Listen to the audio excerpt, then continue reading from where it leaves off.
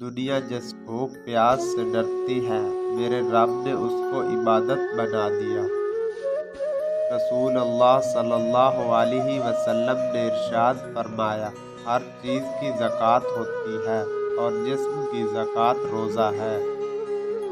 رسول اکرم صلی اللہ علیہ وسلم نے ارشاد فرمایا، جس نے رمضان کے روزے کو فرض سمجھ کر ثواب کی امید سے رکھا، وہ بخشا گیا، اور وہ جب امت کو بخشنے پہ آتا ہے تحفے میں رمضان دیتا ہے۔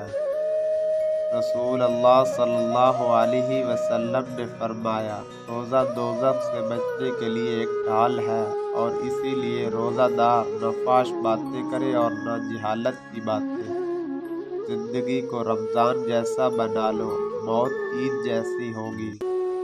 بے زبان کو جب وہ زبان دیتا ہے، پڑھنے کو پھر وہ قرآن دیتا ہے، بخشنے پہ آئے جب امت کے گناہوں کو، تحفے میں گنہگاروں کو رمضان دیتا ہے۔ کوئی ادھوری نہ رہے دعا کسی کی، سب کے لیے ایسا مبارک رمضان ہو۔ رسول اللہ صلی اللہ علیہ وسلم نے فرمایا، جس نے روزہ رکھ کر بھی بد ظنی اور جھوٹ نہ چھوڑا تو اللہ تعالیٰ کو اس کا کھانا پینا چھوڑ دینے کی کوئی ضرورت نہیں۔